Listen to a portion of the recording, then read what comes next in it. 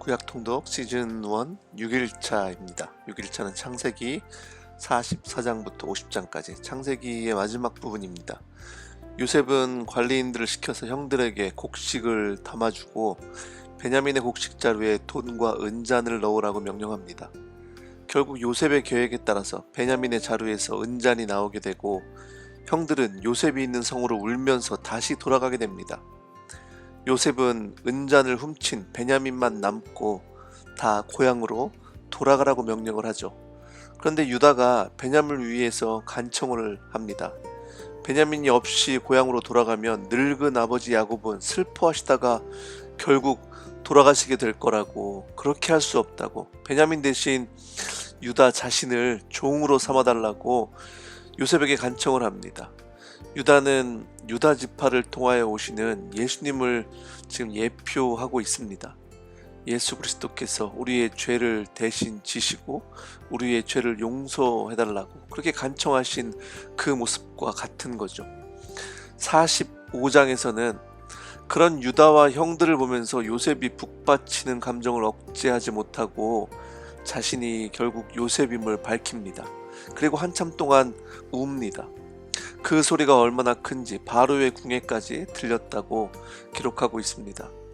형들은 요셉의 생존에 깜짝 놀라고 입이 얼어붙었다고 말씀하고 있습니다. 요셉은 두려워하는 형들에게 고백하기를, 하나님이 나를 형님보다 앞서서 보내신 것은 하나님이 크나큰 구원을 베푸셔서 형님들의 목숨을 지켜주시려는 것이고, 실제로 나를 이리로 보낸 것은 형님들이 아니라 하나님이시라고 그렇게 믿음의 고백을 합니다. 늘 하나님 앞에서 행하던 요셉은 모든 것을 하나님의 은혜와 섭리로 그렇게 고백하고 있습니다.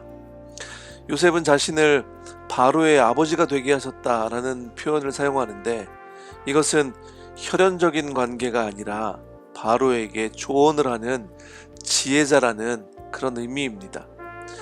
야곱은 요셉이 살아있다는 소식에 어리벙벙하여서 말을 이을 수 없었다고 그렇게 기록합니다.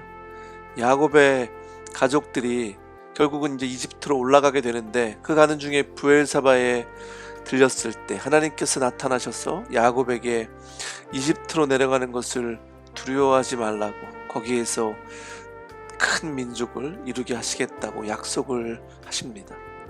그리고 이집트로 내려간 인원수가 70명이라고 기록하고 있습니다. 야곱의 가족들이 고센 땅에 머물면서 야곱은 바로에게 인사를 하는데 130년을 살았지만 그 세월이 험악했다고 자신의 인생을 돌아보며 고백합니다. 야곱이 죽을 때가 가까이 온 것을 알고 요셉이 아들들을 양자로 맞고 축복을 하는데, 동생인 에브라임을 오른손에 얹고 서로 손을 엇갈려 그렇게 기도합니다. 앞으로 므낫세보다 에브라임이 강성해질 것을 영적으로 알고 그렇게 기도합니다. 야곱은 육적인 눈은 어두웠지만 영적으로는 살아있었습니다.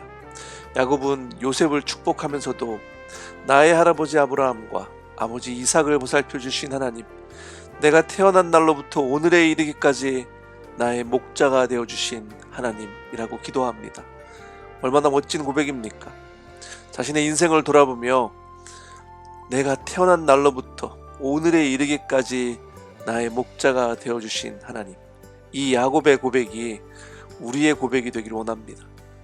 49장에서는 야곱의 유언이며 각 아들들을 위한 기도가 나옵니다.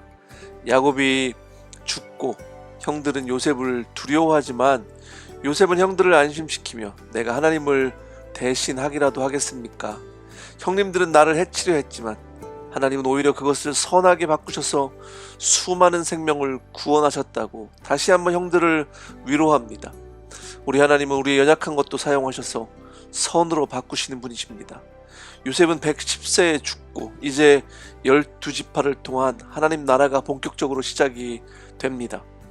창세기에서 야곱의 가족이 70명으로 기록이 되고, 사도행전에 가면 스데반의 설교에서 사도행전 7장 14절에서는 야곱의 가족을 75명으로 기록하고 있습니다. 이것은 사본의 차이인데, 스데반은 70인역을 보고 설교한 것인데 70인역에서는 75명으로 기록을 하고 있습니다.